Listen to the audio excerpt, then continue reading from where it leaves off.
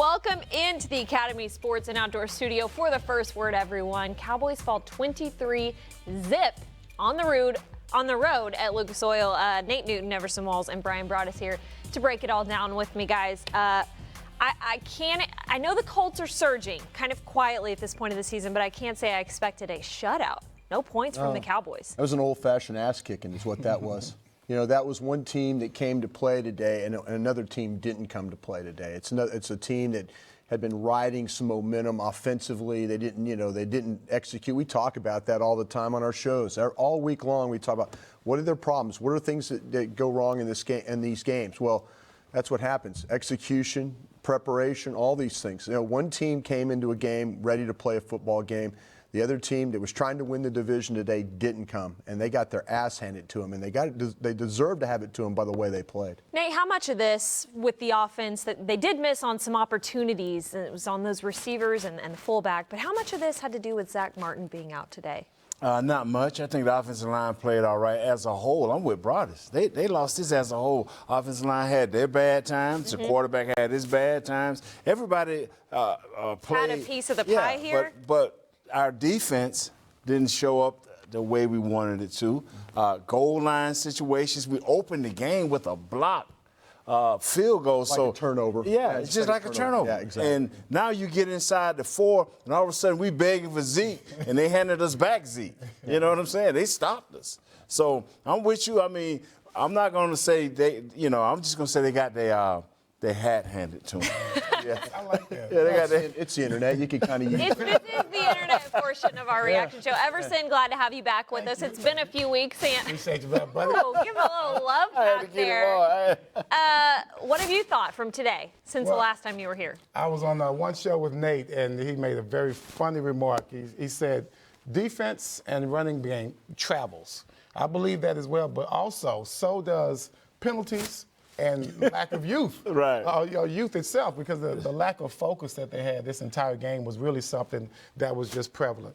Coming out from the moment, everything that could go wrong did go wrong. When you start talking about the Cowboys' success over the 5-game streak, I saw a lot of plays and balls and calls that went our way.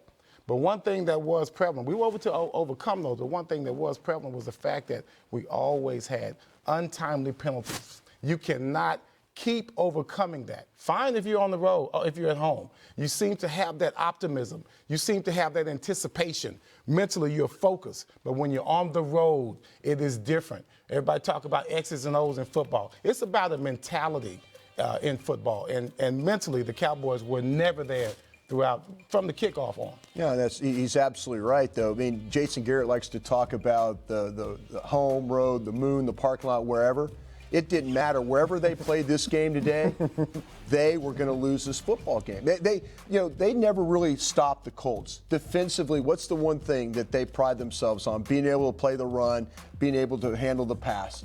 Owuzie was bad today. Byron Jones was bad today. They didn't tackle. They missed guys were missing tackles in space. You know, they got what they deserved. They went up there and laid, I always say this, they laid a big fat egg with a chance to take the division, and now they're going to have to go find a way to win a game now. I mean, let's be honest. We were all making jokes about, oh, hey, you get a pity T-shirt or all that, go up there and, somebody hand it to you kind of thing. Well, you're going to have to go win this thing now but if you continue to play this way, you're not going to win anything. That was as bad as I've seen this team play in a long time. All right, let's check in with Taylor Stern, who is taking your tweets. Tell them how we can get those. Yeah, go ahead and just follow us along on Periscope and Facebook Live while we're here. We'll stay tuned on DallasCowboys.com. And if you guys want to send in your reactions or questions for the panel, hashtag Dallas Cowboys postgame. But yeah, it's been 15 years since something like this has happened for the Cowboys. The shutout, that was the last time, November 16th, 2003, at New England Patriots when they were 12-0. They were also shut out 3 weeks before that on October 26, 2003, at Tampa Bay Buccaneers, who they'll see next week. They were 16-0, so crazy times, y'all. That was a Rod Marinelli team, too, that Tampa Bay team. Yep. My fear, whenever I'm dealing with youth, like Wall said, my fear is, and I told Broaddus when we was doing the show, is what happens when you get beat a shutout in this case here, where does the momentum go and where does your confidence go? I mean, it's not easy to gain that with a youthful crowd. Now, you can say, hey, they'll be back. But you know what? They got to go win it now, brother. Oh, yeah. They got to go win it. Yeah. You're going to have to come back, and they get back at an early time tonight. But when you come back into the Star and look at that tape and evaluate where you're at, you need to look at yourself for all the great things people saying about you for a 5-game winning streak. Now you need to look at the ugly side of this, though. You had a chance. I mean, all they talk about here is finish. Had a chance to finish today, and you just did not play well enough. Even the coaching staff, the players, everybody that got on that airplane that went to Indianapolis should be embarrassed of themselves for the way that it worked out today. Let's check in with Nick Eatman and Rob Phillips, who are out at Indianapolis, with our first immediate reaction following that shutout loss. Thanks, Lindsay. A lot of Cowboys fans here in Indianapolis stunned. Cowboys shutout for the first time in many years. Nick, break it down for me quickly. What did you see? Well, I had a blowout. I was predicting a blowout, and it was just for the other way. One of the most disappointing efforts I think I've seen the Cowboys have in many years. Very uninspired on all phases.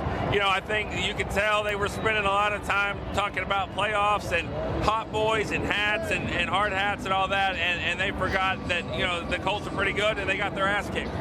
They missed a lot of opportunities offensively in the first half. They had chances to score, but defensively, the thing that stood out to me is Cowboys' run defense, 66 yards a game during this winning streak, and Marlon Mack becomes, I think, the first guy to go over 100 against them and well over 100 in this game. They just gashed them. You know, we talked all week. They make sure that make them one-dimensional. They certainly weren't. I mean, they ran even at the end of the game, and that's all they want to do is run the ball, and the Cowboys couldn't stop it. Like you said, the offense had chances. You know, it started way early in the game. They had a 2nd and 1. They got stuffed for 3 yards.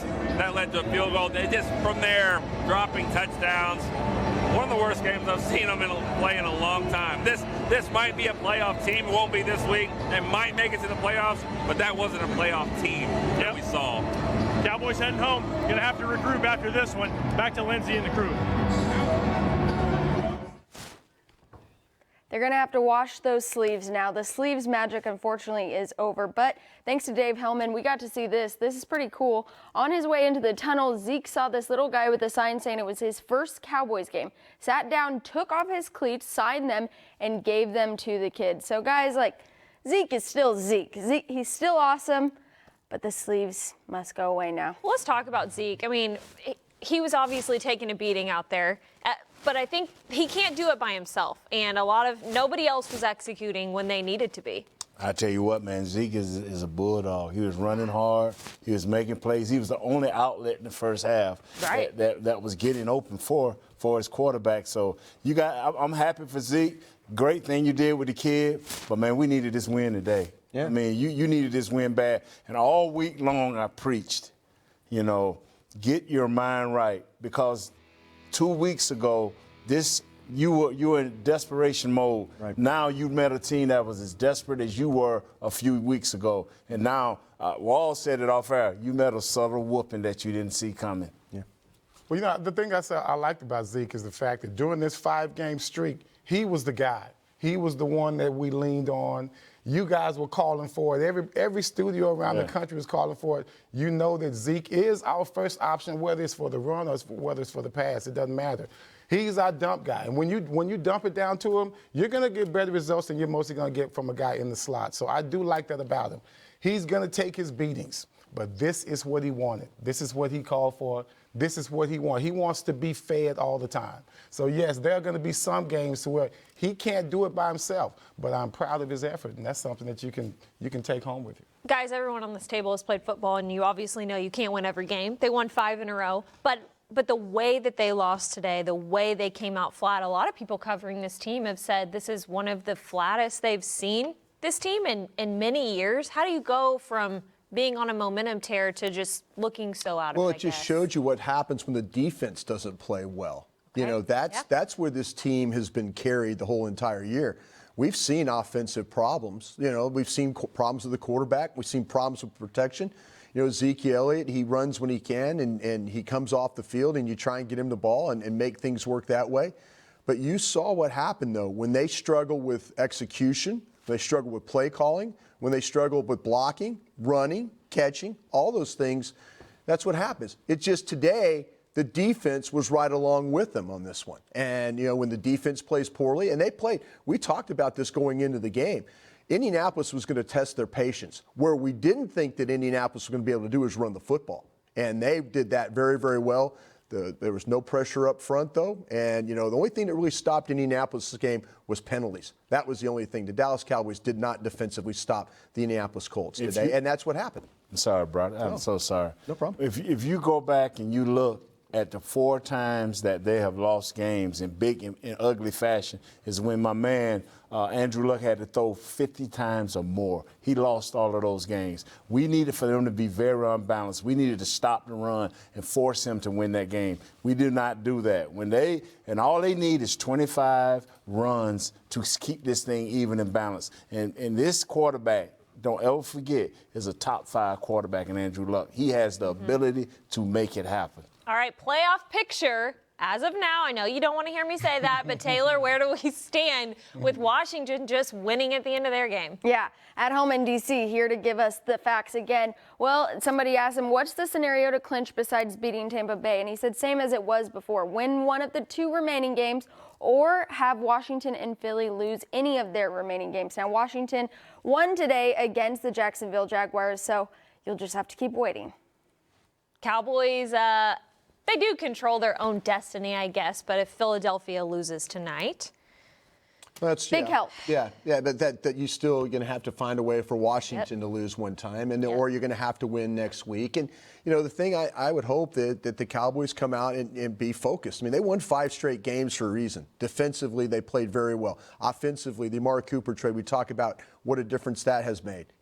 This still is a good football team. The problem, the thing that I saw, and I thought it was very interesting what Nick said, is that didn't look like a playoff team today, though. They've played some games where they've looked like a playoff team, but today they did not, and that's a little concerning to me as we get down the stretch here, because again, it's about they've been playing meaningful games, trying to play almost playoff football, and here was another playoff football game for them, and they just got destroyed.